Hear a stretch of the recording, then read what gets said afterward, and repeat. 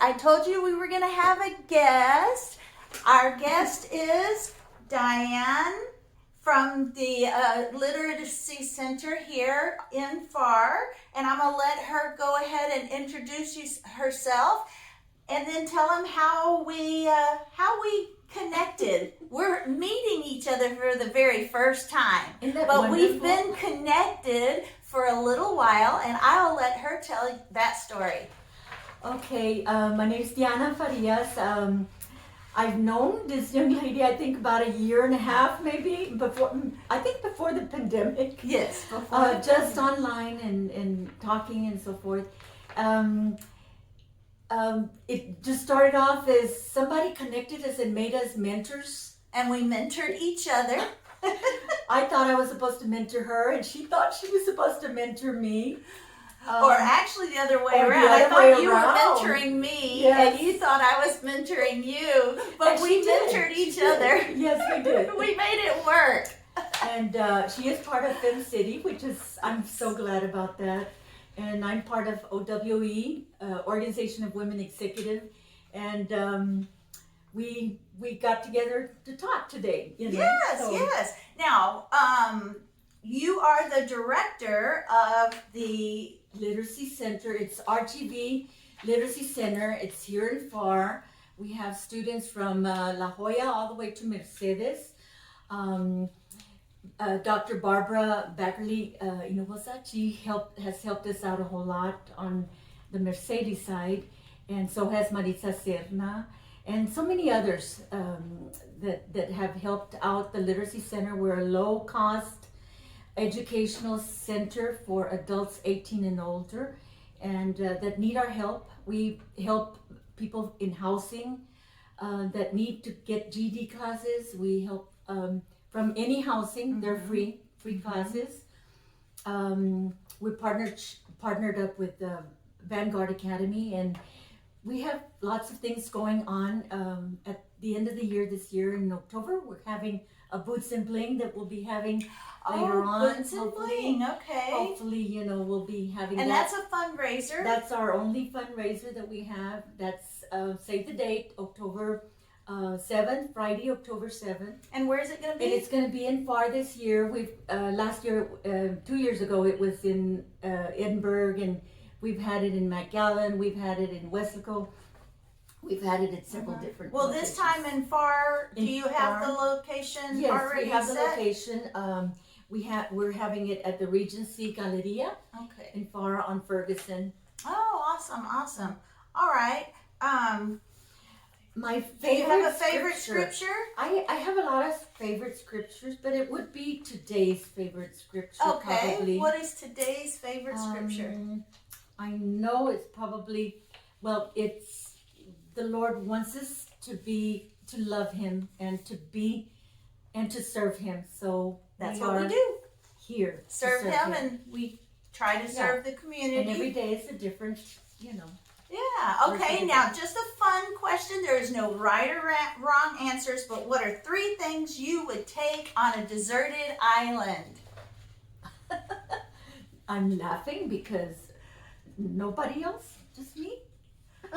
Yeah, you're deserted, and I would take a book, and I probably would take my rosary, and I probably would take a lot of snacks. All right. Yeah, because you gotta have food. I don't know if when people ask these questions if it includes food or not, but all right. Now, what is one thing you wish you had known when you began the beginning of starting here at the Literacy Center? Something that I would have wanted to have known.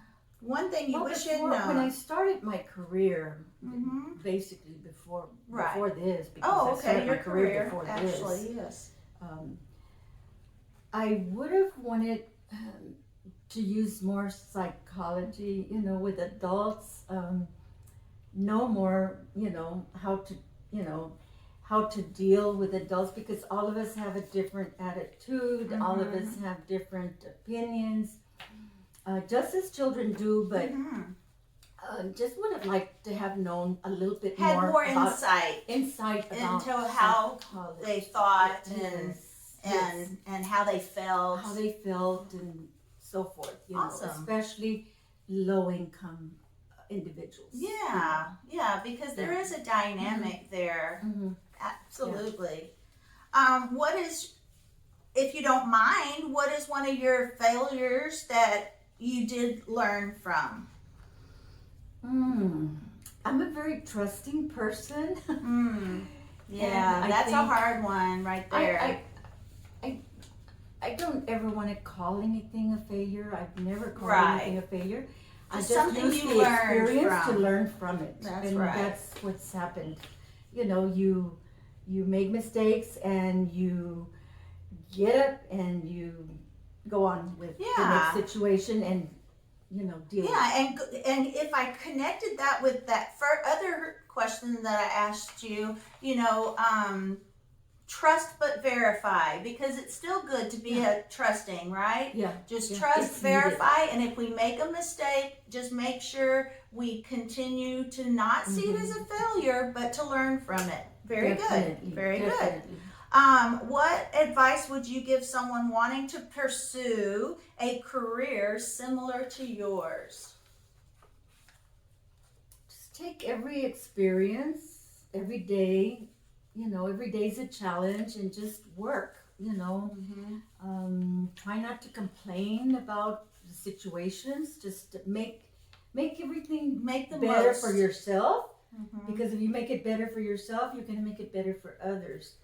If you're just gonna, you know, be down about, you know, you just got to get up and get moving and do what you enjoy have to do. the experience, enjoy the moment, and if there's something that you don't like, change it, and make it better. That's it. Yeah. All right. And what are the best resources that have helped you along the way? Or what have you read or listened to that inspires you? What is it that you get inspiration in? Okay, meeting new people like you. There you go. Meeting new people, making new friends. Every connection is a new opportunity to get resources from that person. So, you know, you probably have when we mentoring, we're learning from each other. And so I think that part, you know, friendships, new business connections, getting to know people for what they do, for what they serve in their community, what do they do in their community, and just connect somehow and partner up and work together and make things happen. Yeah. You know. Awesome. The book that if there was a book, I recently had, I think I have it on top of my desk. Can I go get it? Let's see it. Okay, I have a book that a friend, that's it. Sabrina Walker gave this book to me, The Reading Gap, and I so have enjoyed reading this book. She gave this to me, and I don't want to start crying. Okay. Aww. But this book is basically about, you know, about me. You know, I didn't learn to read till I was in 5th grade, and a lot of challenges, you know, because at that time they didn't have words like dyslexia or you know, or they didn't call it that, you know. Right. But you knew something was wrong, right? You know, it's the same with ADHD. Back in the day, those weren't things that we dealt with. And we have a lot of adults dealing with issues as these, and these are challenges for all adults, you know. Exactly. Smart adults and, you know, not so smart adults, special needs adults. And so this book has really opened my eyes to a lot of, you know, the little, you know, a journey into answers. It's something that you and connected with. I've learned. Awesome. we're never too old to learn, right? And this one says the teacher who couldn't read, and that was him, John Corcoran, the author of The Teacher Who Couldn't Read. All right, guys, this is a good book. Anyone in, you would recommend it for anyone in your career or anyone anywhere? Anywhere, you know. Awesome. Yeah, definitely. Now, who are the 3 people who have been the most influential to you? And that can be anybody. I have so many. But the love of my life, Garza-Farias, we've been married 51 years. He says I'm worth $1 million. So how can you not? Anyone that tells you that and means it is worth keeping. Whether he means it financially or otherwise, you know. But he is one of them. And then my mom raised 6 of us by herself. She was a single parent. She had me at the age of 14, 15. And so I saw her struggle. And I saw her work hard, and she wanted every one of us educated. All of us are in the education field, and one of them is in the nursing field. And it is what it is. Yeah. And then if there was a 3rd person, I have so many. I really do. I really have many more that I would choose. My sisters, my uncles. I just had an uncle that passed away. They were all inspirational. Awesome. Mentors. Now, what is is there a common myth about your profession, or something that you want, a misunderstanding that you find that people have over all the years that you've been working here? What do people misunderstand the most? Why educate adults? The adults are raising our children. Okay, all the children that are taking care of us at the hospitals, that are taking care of us at the nursing homes and so forth.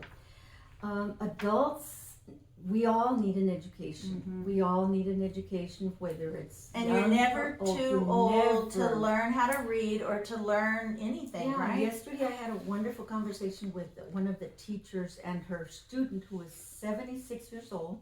She wants her GED. That's awesome. She wants her GED. She's from Edinburgh, and I'm very proud that she made the commitment to do this, and it's her daughter being the inspiration for her. So there's never, these adults want to be here. Yes. If they don't want to be here, they're not going to be here. Right. But they're here while their children are going to school. They're here with us. Awesome. Very good. Now, if you could ask the questions, what do you want people to know about that I haven't asked you? What do you want people to know? I want them to know that this organization is a very little organization. It's a small business. All schools are business oriented. I was a principal before this, and it is a school for adults, 18 and older, but it's different in that our classes are very small. We don't have more than 10 in a classroom, or we try not to have more than 10 in a classroom. Just as children learn, the adults are learning in small groups too.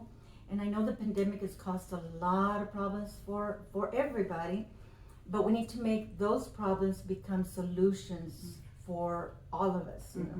We can't make them problems all the time, and it's always about money, staying open, and so that part has been very, very difficult. So would you say that all donations are welcome? Yeah, all donations are welcome. We And have helpful. a website. And there's some of our teachers give $10 or a month of their paycheck monthly, or others give $50 a month. We have different volunteers that are doing the same thing. I want to shout out to Lucy Gandy, who's been doing this for almost 4 years now. Giving to our school. Aida Garza, who is a wonderful mentor to me also, with the South Texas Literacy Coalition. And there's a lot of partnerships here that help out a whole lot. And we try. So what we want you to know is, no matter where you're at, whether you're in the Rio Grande Valley, whether you're in Harlingen, whether you're in Pharr, McAllen, whether you're in Montana, you're in a different, all over the country, there are literacy centers, and they're here to help your community, and they need you. They need you. If you can donate financially, they need you. If you can pray for them, they need you. If you know someone that they can help, they need you. So let's reach out to all our literacy centers all over the place. That's great. Now, here's a question. How do you stay organized? Do you have any tips that you I use? think everybody else, everyone, like today, you organized me. Oh, I think everybody helps organize the person. I don't feel like I'm an organized person at all. I try, and I have people help me organize. There you go. Everyone needs help, and don't feel bad if you need to delegate or if you need to ask for help. That's a good one. And then where can listeners connect with you online? Just tell them the online. We have so many ways to connect, but if What's you go the website? to www.rgvliteracycenter.org, that's our website. Go on there, check us out. We keep on trying to, keep working with it, and it's there. And there's a volunteer page, and there's an application page if teachers want to become teachers with us. So you can volunteer also. We have a lot of volunteers that are either teaching or they come in. We never have more than 2 people in our building, so right now because of the pandemic, but we're able to manage that. Have to. Awesome. Well, awesome. It was great talking to you. I loved it. This was great. And guys, reach out to your community. All right, guys, we're gonna cut this off. I don't know. We're gonna end it. This is, but I hope that you learned something about your literacy center and your community and what their needs are, and connect. All right, guys, thank you for watching.